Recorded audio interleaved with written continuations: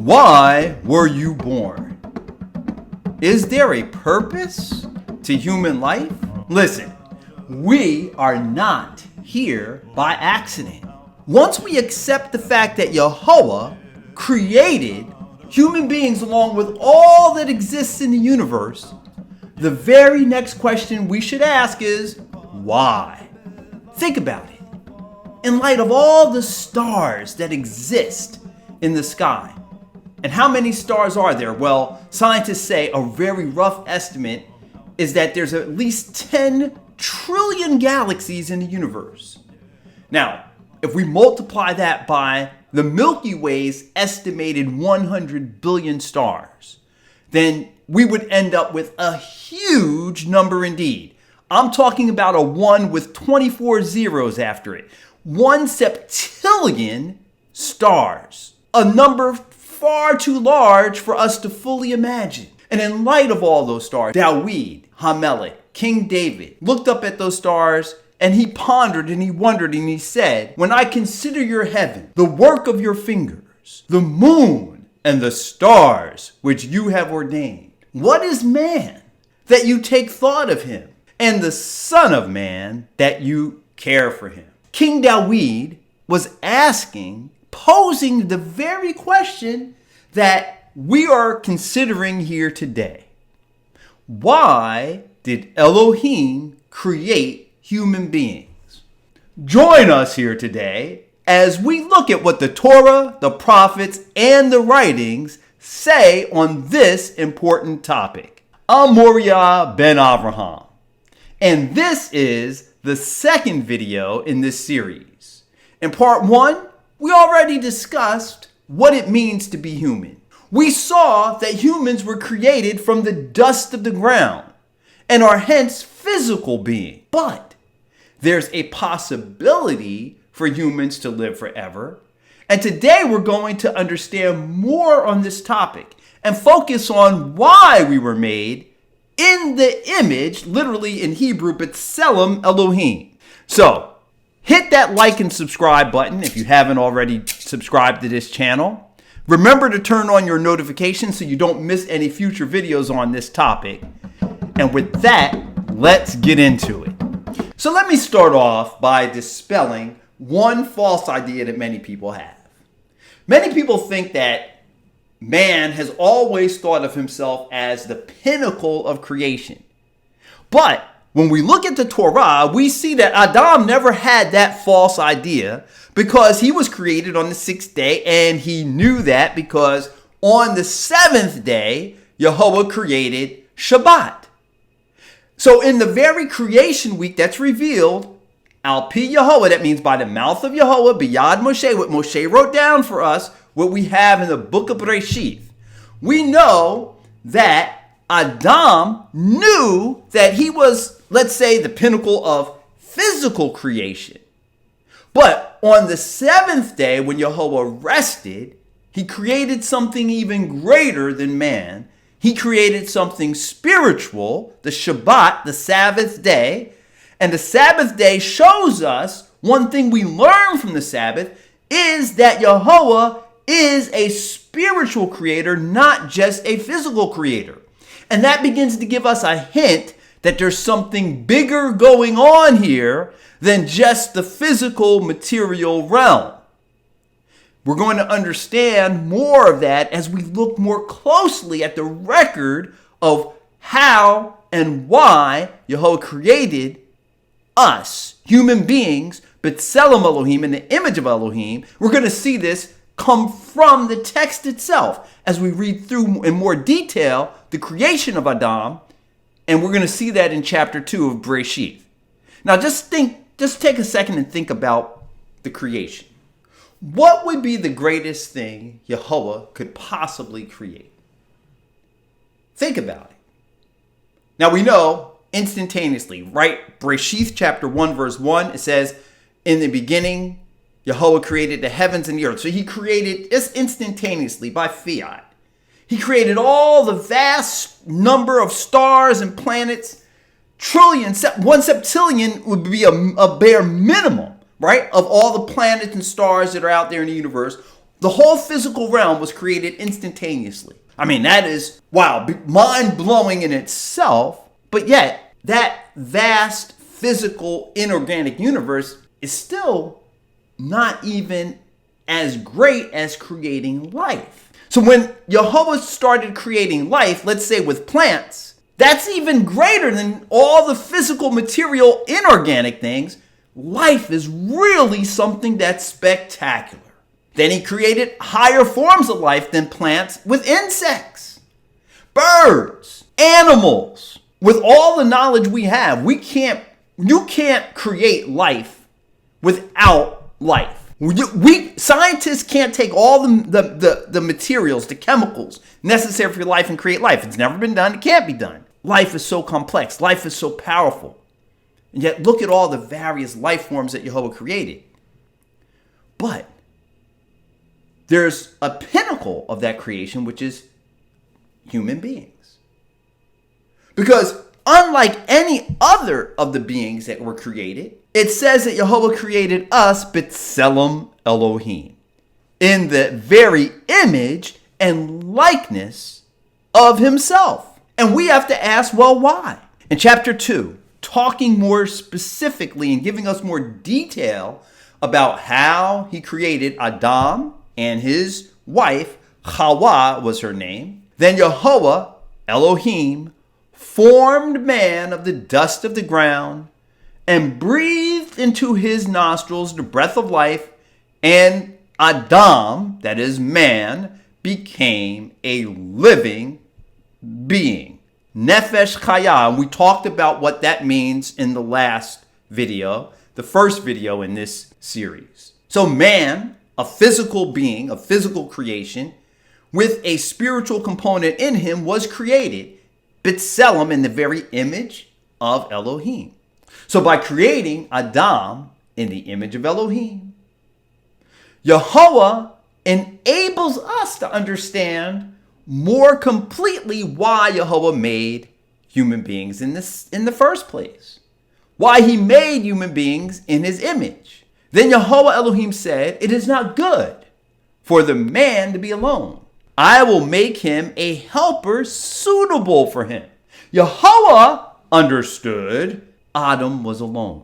But he wanted to make sure that Adam understood it, so he had Adam name all the other animals that were created. The man gave names to all the cattle, and to the birds of the sky, and to every beast of the field. But for Adam there was not found a helper suitable for him. By having Adam name all the animals, Yehovah made it clear to Adam that there was no other life form on earth suitable for him. None of the animals were on Adam's level. They may have been fun to play with, but none of them could understand his hopes. None of them could understand his dreams. They couldn't laugh at his jokes. Animal minds are different from human minds. Among earthly created beings, man's mind and reasoning are unique, and that left Adam, man, totally alone. Now consider the parallel. Consider, again, Adam being made in the image of Elohim. Therefore, Adam's loneliness was a parallel to even the very loneliness that Yehovah would have had, because Yehovah was completely alone in the universe. No other being was in any way like Yehovah. Yes, Yehovah created a myriad of angelic beings. But the angelic beings were, in contrast to Yehovah, Elohim, lower in intellect to him, like animals are lower in intellect to humans.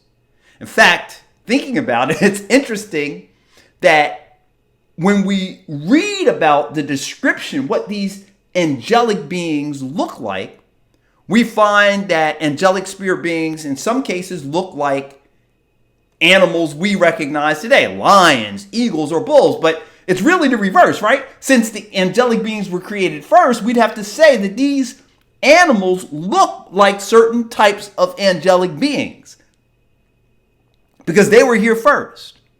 In the book of Job, we see the angelic beings were present when Jehovah created the physical universe. We read, "Where were you when I laid the foundation of the earth? Tell me if you have understanding. When the morning stars sang together and all the sons of Elohim shouted for joy."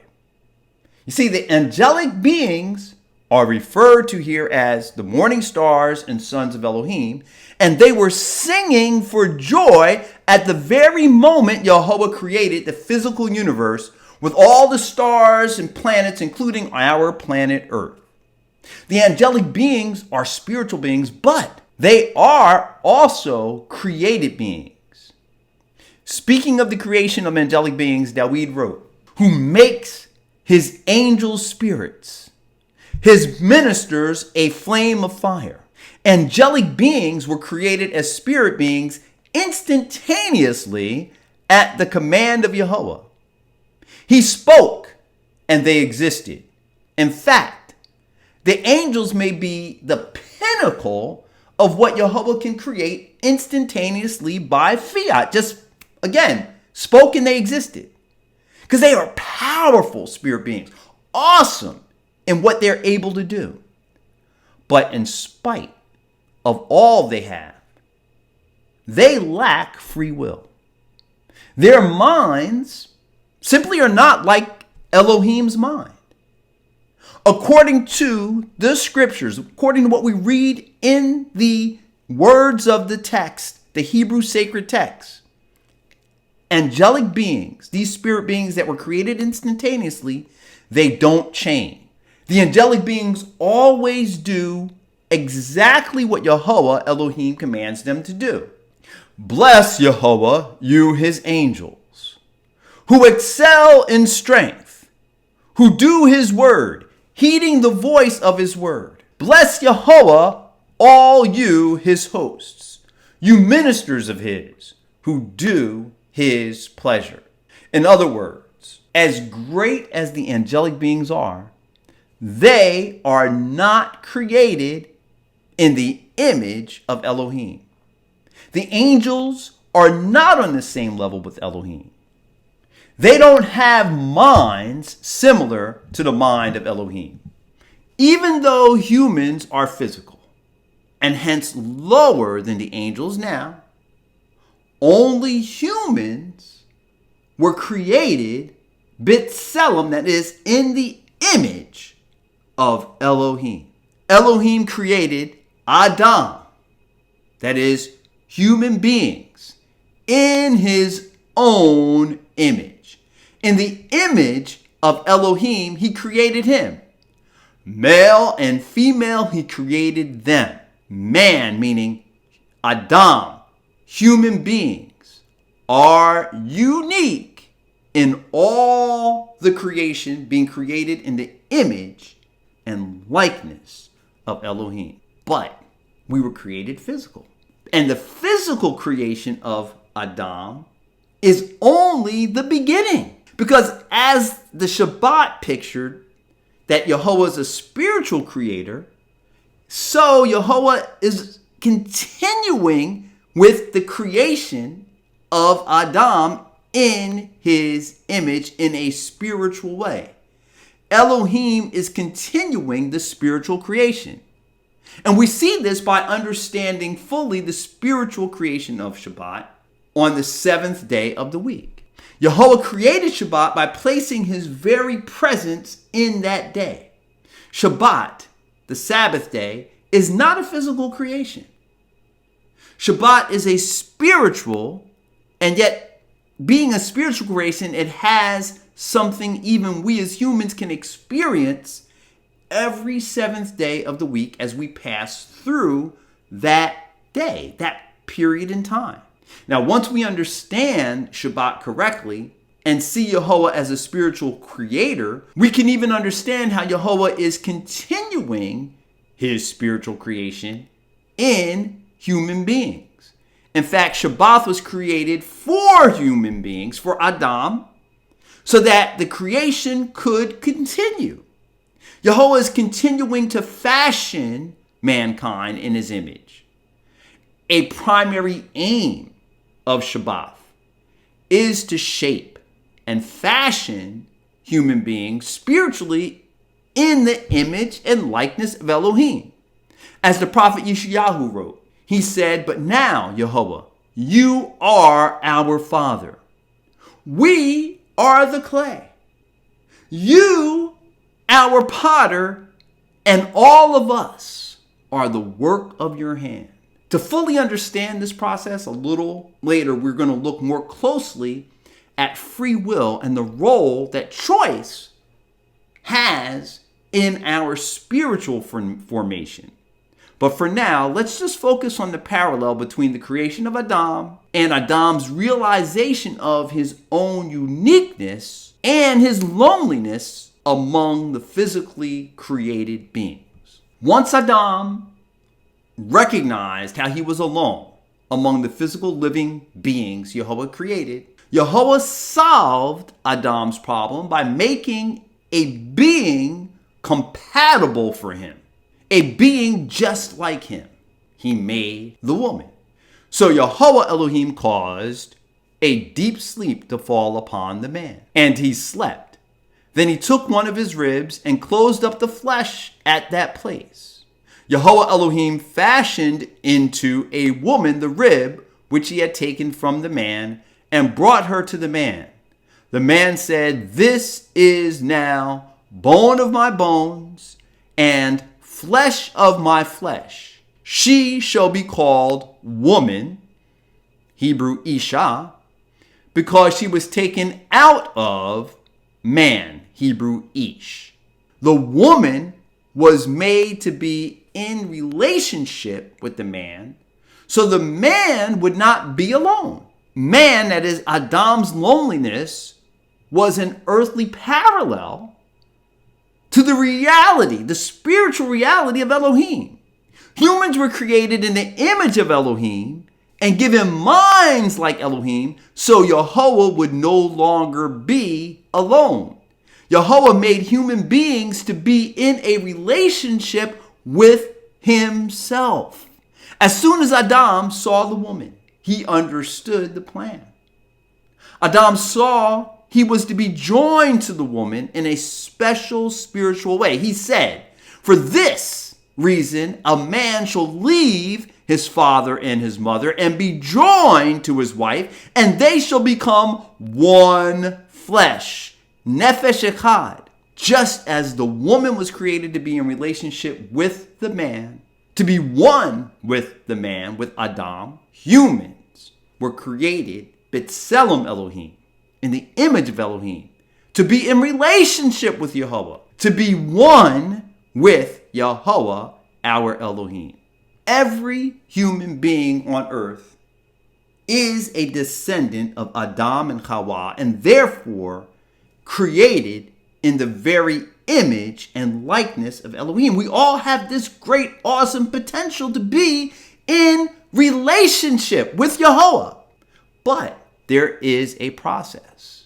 Our creation in the spiritual way doesn't happen instantaneously. It's not by fiat. The spiritual creation shaping us into beings that are thinking like him, that are truly like him in a spiritual way, requires choice. We have to choose it.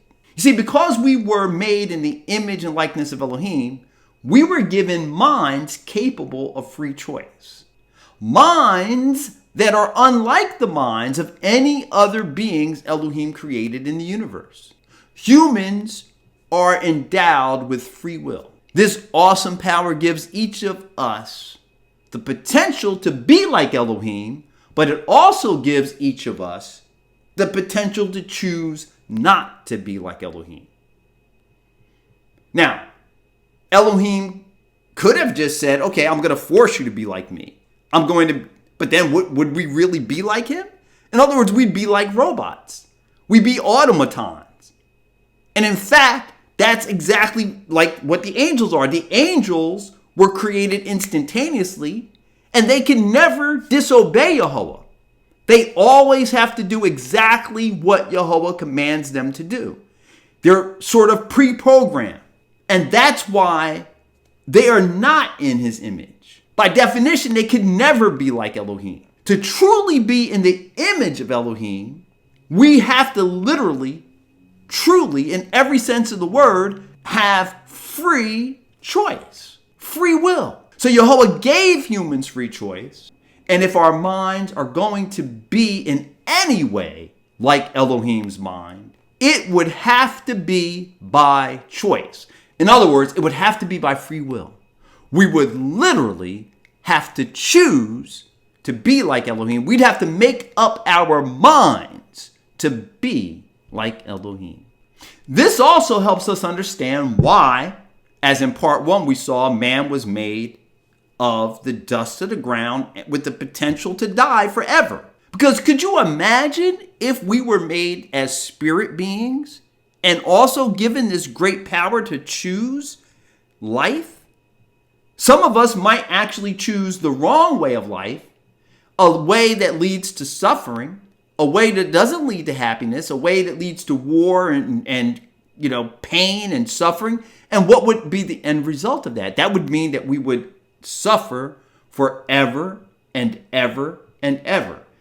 One great illustration that comes to my mind on that is how they pictured that thought process in Westworld.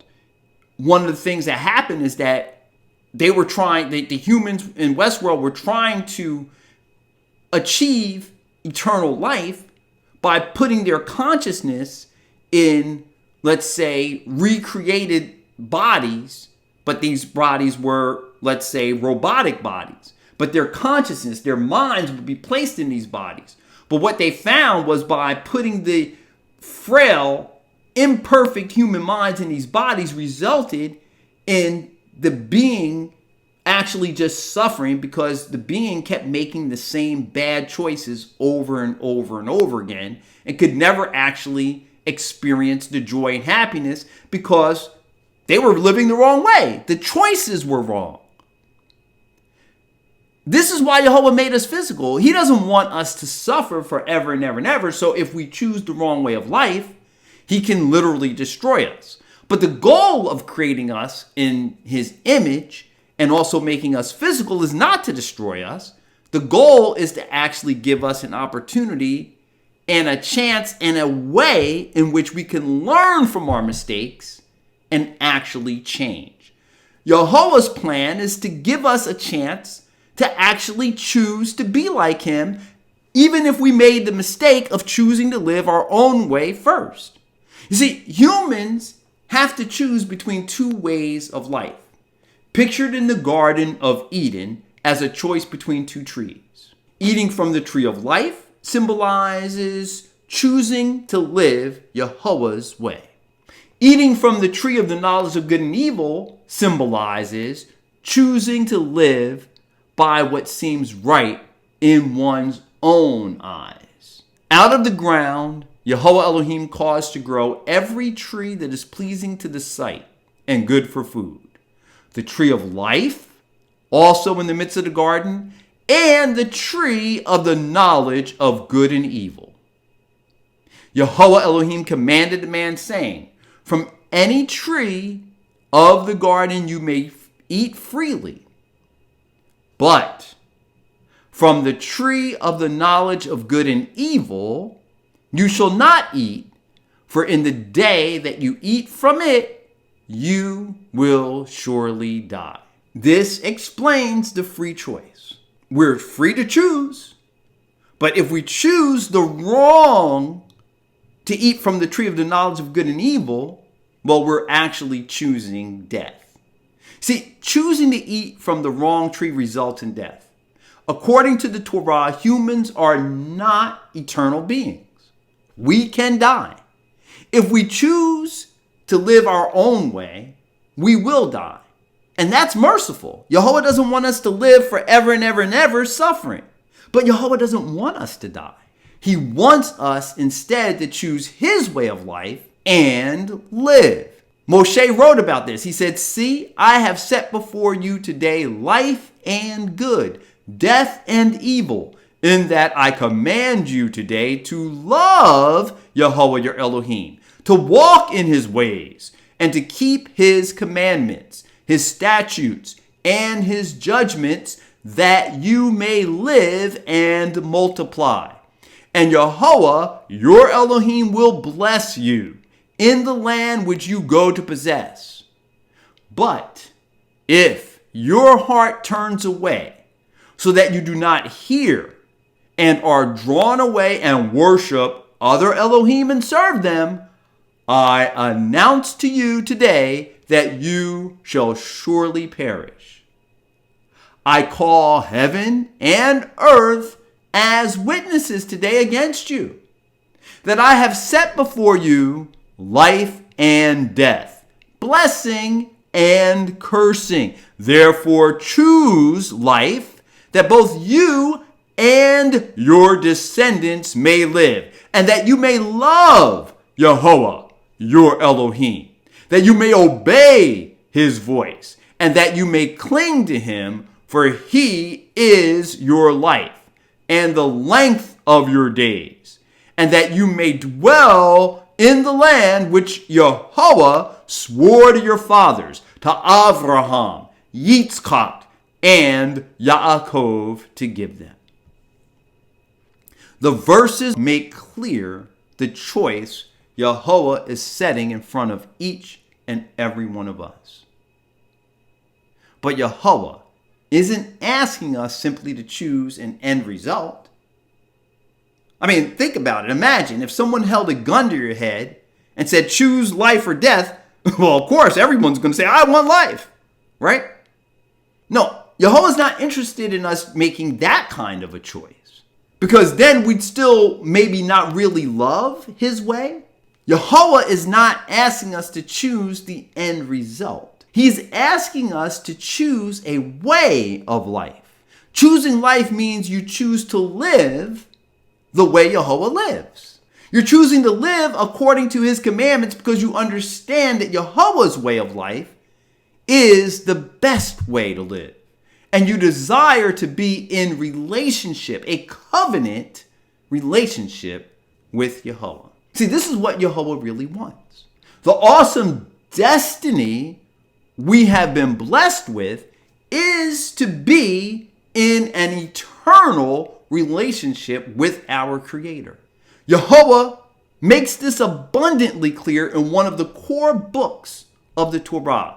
In Wa'ikra, he said, moreover, I will make my dwelling, Mishkani, among you, and my soul will not reject you. I also will walk among you and be your Elohim, and you shall be my people. I am Yahweh, your Elohim, who brought you out of the land of Mitzrayim, what they say is Egypt, Hebrew Mitzrayim, so that you would not be their slaves. I broke your yoke and made you walk erect. The Hebrew there that's translated as erect, some render that as upright. I made you walk upright. It's the Hebrew word komamiyuth. When our fathers left Mitzrayim, there was no ambiguity. Yahweh's dwelling was in the midst of Yisrael. He literally walked among his people, and his presence among Yisrael gave them power to walk upright. Now, there's a play on words here that's very significant. Slavery caused man to walk the wrong way, slumped over like animals.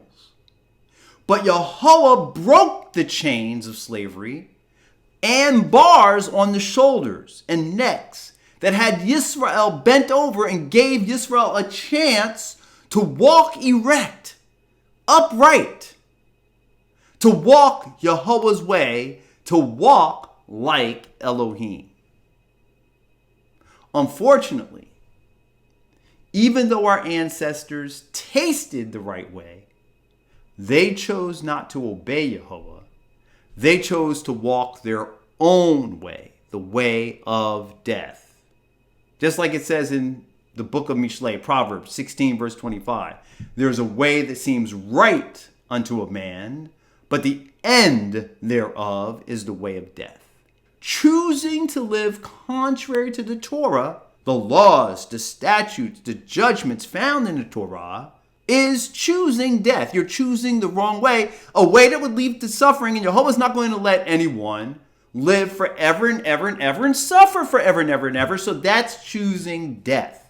Yehovah explained to Moshe the reason he caused the children of Israel to hunger and thirst in the wilderness. You shall remember all the way which Yehovah, your Elohim, has led you in the wilderness these 40 years, that he might humble you, testing you to know what was in your heart, whether you would keep his commandments or not. You see, the reason that Israel went through all the journey they went through was so that Yehovah could see, he could test them and see what is in their heart. Life's journey is all about testing. It's a time of testing. The choices we make on a daily basis, they show Yehovah what's in our heart. We show Yehovah if we love his commandments, if we actually live by his commandments. And we show Yehovah that we don't love it if we choose not to live by his commandments. Those who truly love Yehovah and his way of life fully appreciate what Moshe said next. He said he humbled you and let you be hungry and fed you with manna, Hebrew is man, literally, which you did not know, nor did your fathers know, that he might make you understand that man does not live by bread alone, but man lives by everything that proceeds out of the mouth of Yehovah. True life is not doing it our own way. True life is eating the ideas, the truth, the concepts that Yehovah has revealed. True life, experiencing the abundant life, comes from living Yehovah's way. Anyone who has tasted this, anyone who loves Yehovah strives to live by every word that proceeds out of the mouth of Yehovah. Such a person studies Torah so he or she can see Yehovah's opinions on life's choices. He or she is looking to Yehovah for direction in life.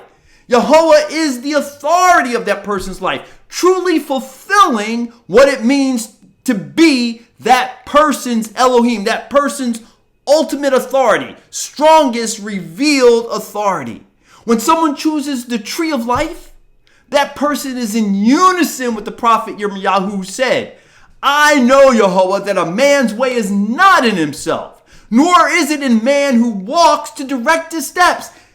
See, it's not coming from within. We're looking to Yehovah to be our Elohim so we can walk the way he walks, think the way he thinks. That's a person who's choosing life.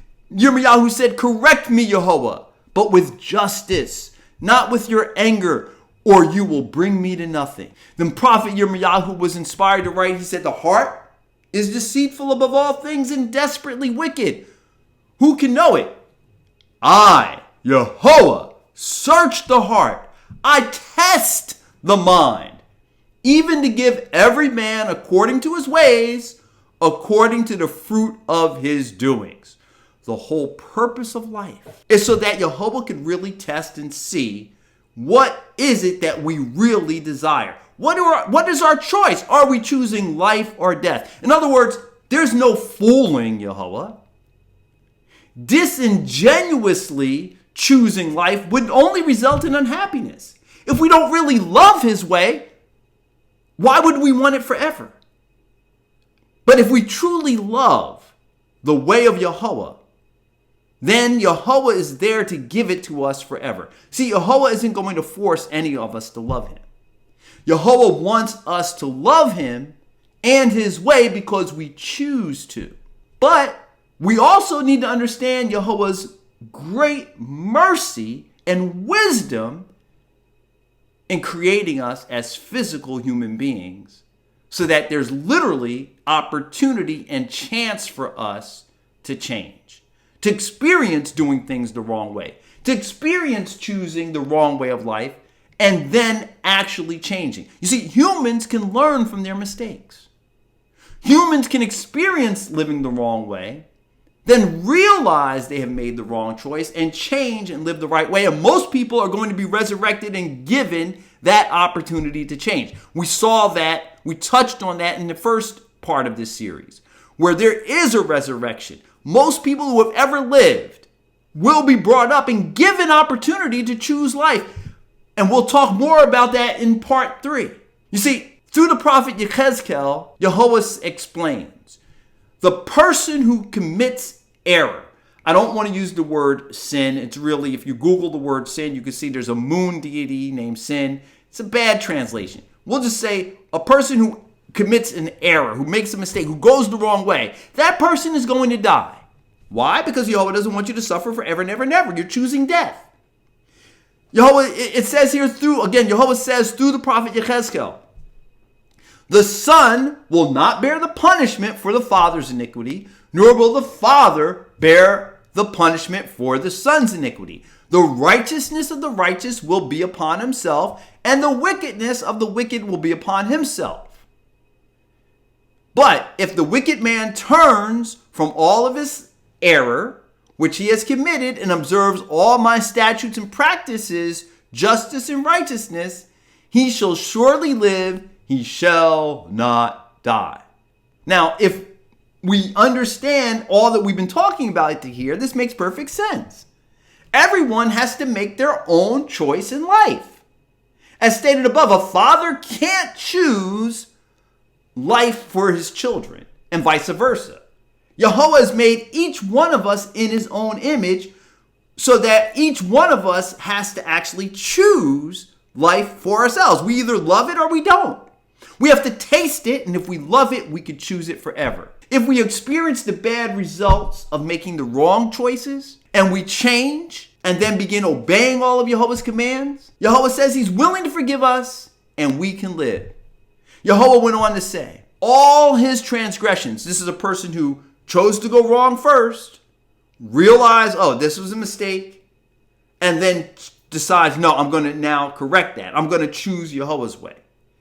Yehoah says all his transgressions, which he has committed, will not be remembered against him. Because of his righteousness, which is the keeping of Yehoah's commandments. In other words, because he's turned now, he's living Yehoah's way, which he has practiced. Because he's chosen life, he will live. Now, all this makes perfect sense when we understand Yehoah's plan for human beings. He created us to be in relationship with us, not to destroy us. He understands that we are prone to do things our own way at first. And he tells us through the prophets, he is willing and able to forgive us if we actually turn and start living his way. He says, do I have any pleasure in the death of the wicked, declares Adonai Yehovah, rather than that he should turn from his ways and live? What would be the point in creating humans if the goal was to see them die forever? Yehoah has no desire to see anyone choose death. He wants every human being to make the right choice. Yet he knows some will try Yehoah's way of life and simply won't like it. And for them, Yehoah says, but when a righteous man turns from his righteousness, a righteous man is someone who's actually in a covenant relationship with Yehoah, who's walking with Yehoah, who's living this way of life, keeping the commandments, and then decides he doesn't like it. And he turns away from his righteousness and commits iniquity and does according to all the abominations that a wicked man does. Will he live? You see, in other words, if after we've tasted this and then we decide, well, you know what, it's not for me, then Yehoah says, well, all his righteous deeds which he has done will not be remembered for his treachery, which he has committed, and his error which he has committed. For them he will die. In other words, Yehoah is not going to let us choose to live the wrong way, which he knows is going to lead to suffering. He's not going to let us live in eternal suffering.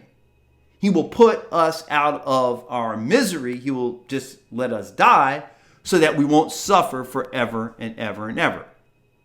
Now, most people are not going to make that bad choice.